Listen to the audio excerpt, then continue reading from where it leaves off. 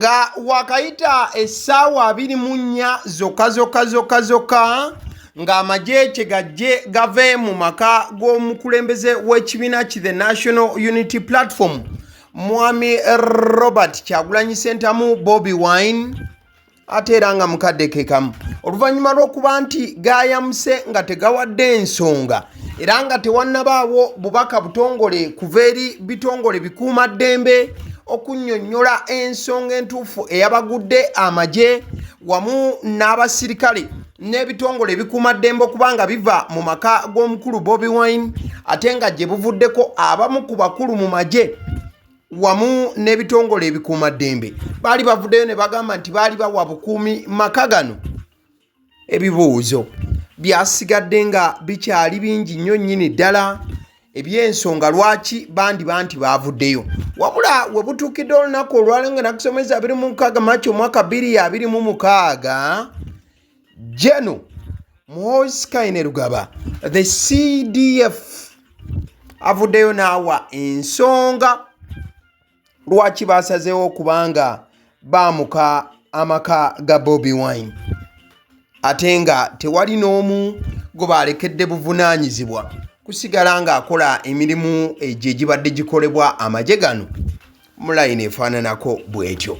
Jeno Muhoozi mu bigambo bitonotono era ng'akozesa olulimi olufuutifuuti yawandiise ku mukutu gwe omugattabantu ogwa X nannyonnyola n'agamba nti only Muzeeyi could have ordered us to leave the criminal Kabobi's house. I wanted to hold it forever and auction it on the market.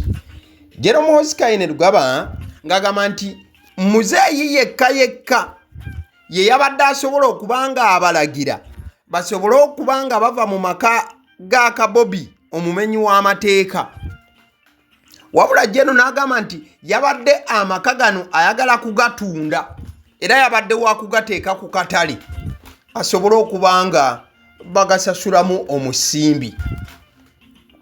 Mukadde kekamu Generaali teyakomyawo n'awandiika obubaka obulala wabula buno bwabaddemuko embeera y'okuvuma n'okutyoboola. Yagambye nti Kabobi only exists because my beloved father at 82 years old needs a buffet to toy with. He is a big clown that we all enjoy laughing at. Ekigambo kyakozesezza nga kinene. Olumu ebigambo bino nange binzibuwalira okubeera nga nzivuunula nnyinnyonnyole.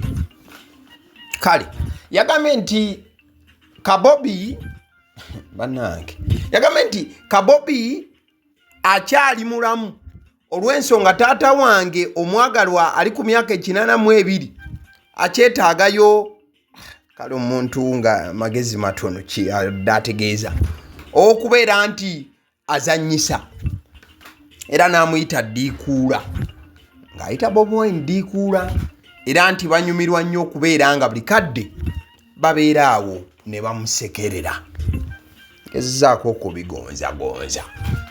Kati oluvannyuma lw'obubaka obwo infact ojja kujjukira Jeno Muhoozi Kainerugaba gye buvuddeko ku mukutu ogwo gwa X baali battunka ne Bobi Wine oyo ennaku nga 2 emabega wabula akawunti ya Jeno Muhoozi Kainerugaba n'egenda ebulawo era ng'omuntu bw'ogisaaki nga tosobola kugifuna. Wala we twasinze okutegeera nti ebyaddala akawunti yabadde yabulawo era nga yakomyewo ye mukulu Daudi Kabanda Honorable okuva mu PLU ekisinde ekitwalibwa Jeno Muhoozi Kainerugaba yawandiise n'agamba the Muchwezi has reappeared. Ekyabadde kinnyonnyola nti Omuchwezi yataddeko ekifaananyi kya Jeno Muhoozi Kainerugaba n'ateekako ekifaananyi kye n'agamba nti Omuchwezi Bakira Ddaaki azzeemu n'alabika. Reappeared kikolebwa ku muntu ng'abadde taliiwo then n'addamu n'alabika n'alabwako.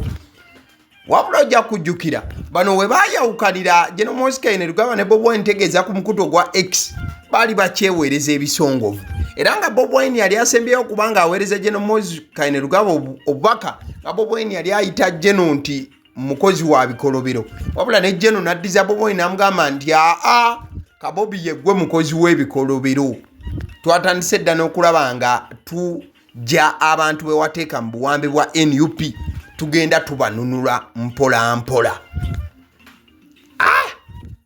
Bintu bibadde bikambwe. Bakira tuba tuli awo omukutu gwa Nile Post oguli wansi wa NBS ne gubaako obubaka bwe gwavuddeyo ne guwandiika. Omukutu gwa Nile Post guli wansi wa Next Media era ng'eno yetwala NBS TV. Baavuddeyo ne bawandiika omuko gw'amawulire ogwanyizizza ennyo Bobi Wine okukakana ng'abaviiriddeyo era n'abaasa ne Ssekwasa yenna. Nile Post yabadde wandiise n'egamba nti exclusive oba nti eggulire lino ye yabadde eriina mu bujjuvu bwalyo. Negamba nti government NUP in talks over Bobi Wine's dignified and secure return.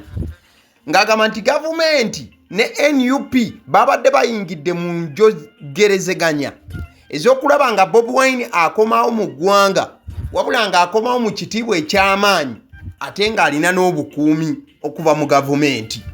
Ati Bobi Wine we yalabye bino yakubye mu ngalo n'agamba sirika n'okusirika. Bobi Wine n'awandika n'agamba how can my rights and dignity be a subject of negotiation? NBS is just a peddler of fake results, fake narratives. My return to my home country is a right and I will soon return to Uganda.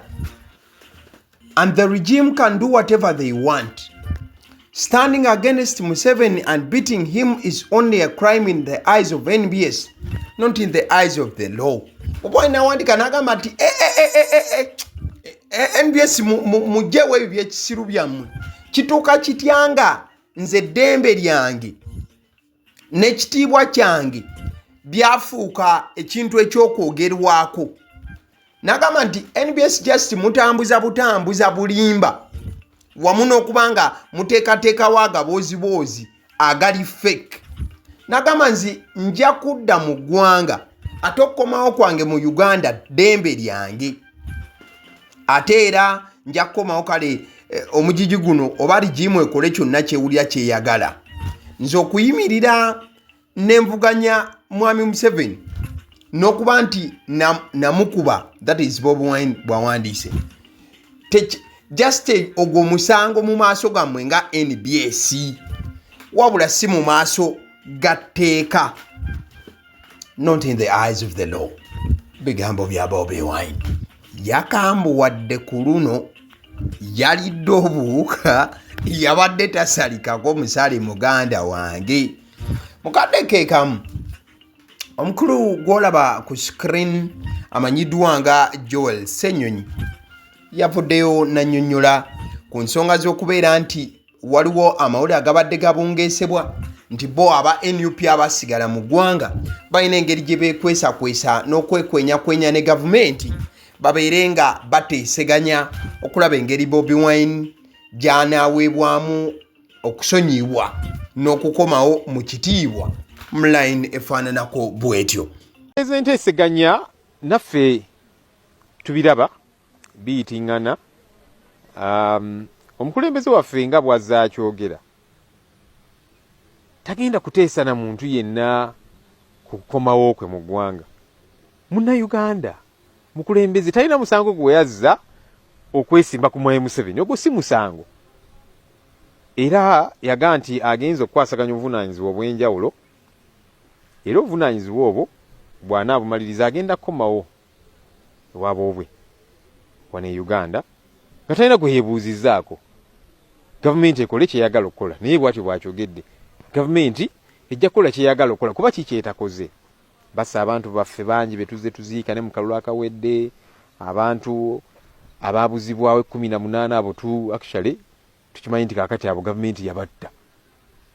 Abantu abali makomera batusizaako ebisago kugamba bakoze buli fujjo. Mwaruwa mujjukirawo ne Bukyagulanyi baamukwata ne bamukuba ne kugamba bakoze buli kimu. Kati yagambye nti bwa okwesimba ku mwami Museveni musango kale bwe naakomawo bwe guba gwe baagala okuvunaana oba bankwata bakoze eki, kubanga akimanyi talina musango gwe yazza. So bw'anaamaliriza obuvunaanyizibwa bwali mu kukwasaganya ebweru w'eggwanga agenda komawo nga talina gwe yeebuuzizaako era n'olunaku lwakomawo yagenda okulusalawo nti nkomawo ku luno olunaku ssaawa zino akomewo gavumenti ekole kyeyagala okukola. So tagenda kuteesa na muntu yenna ate nkomyewo ntya ate kakati temunkwata yazza musango ki abagamba nti oba kuteesa ku nkomawo oyo baleme kwati talina musango gwe yali yaziza. So ajja kukomawo gavumenti ekole kyeyagala okukola. Bigambo bya the leader of opposition Honorable Joel Ssenyonyi mline faananako bwetyo. Yesterday on the 25th of March 2026 the president of the National Unity Platform, His Excellency Bobi Wine, was very pleased to virtually address some of the recently elected NUP leaders at the levels of Member of Parliament, district chairpersons and mayors at a retreat that was held at One Love Beach, Busabala. He congratulated them on their victory or victories respectfully, but reminded them that the hundreds more that were elected but were rigged with so much impunity by the regime. He reminded them not to lose sight of the main goal, which is to redeem the nation from the dictatorship. As he addressed them, he charged them to remain united and avoid the temptations that come with leadership spaces under a dictatorship.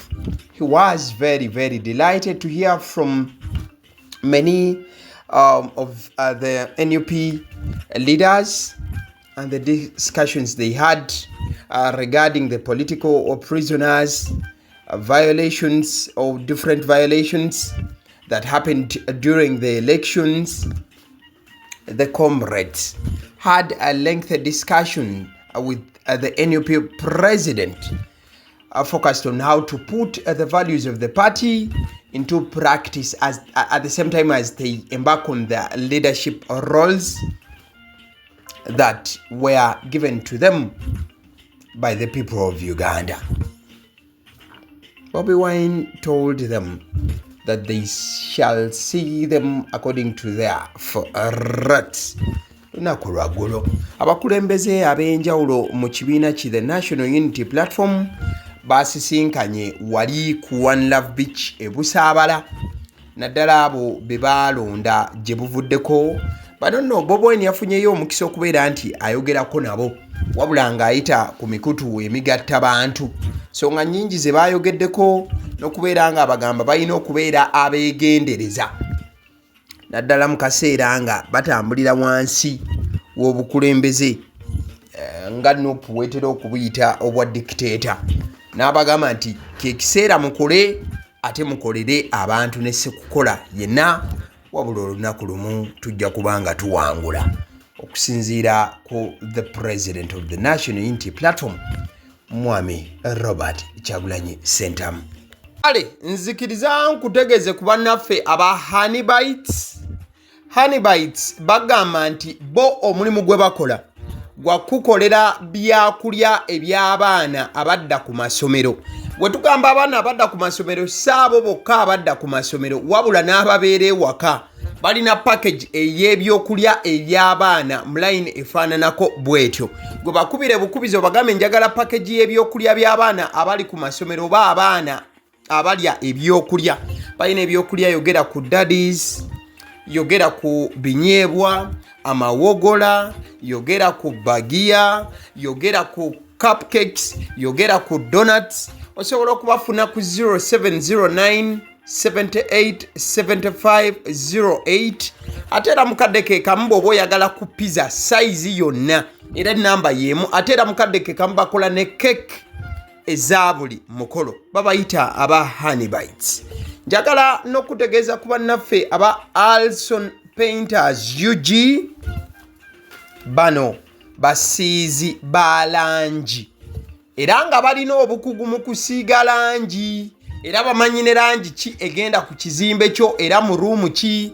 Tebasobola kuddira langi yandigenze mu kisenge ate ne bagisiiga mu ddiiro ey'omu dining ne bagisiiga mu kinaabiro. Nedda.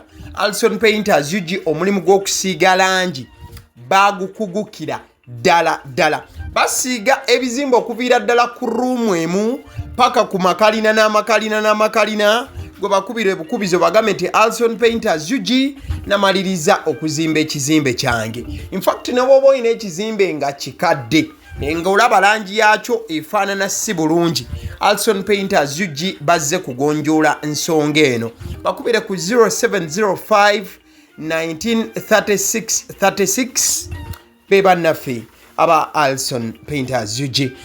Aba Sedi Omusunsuzi lyerinnya eryange yenze aba Sedi Omusunsuzi, yenze atuula emabega w'omuzindaalo buli lunaku era ly'eddoboozi ly'owuliriza ku mukutu guno aba Sedi Omusunsuzi ly'eddoboozi eryo, era ng'omukutu kw'oli gwe guno ogwagaliwo. Nagamba nti information yonna gy'olaba ku channel eno tetugattamu kintu kyonna ate tewali kye tutoolamu.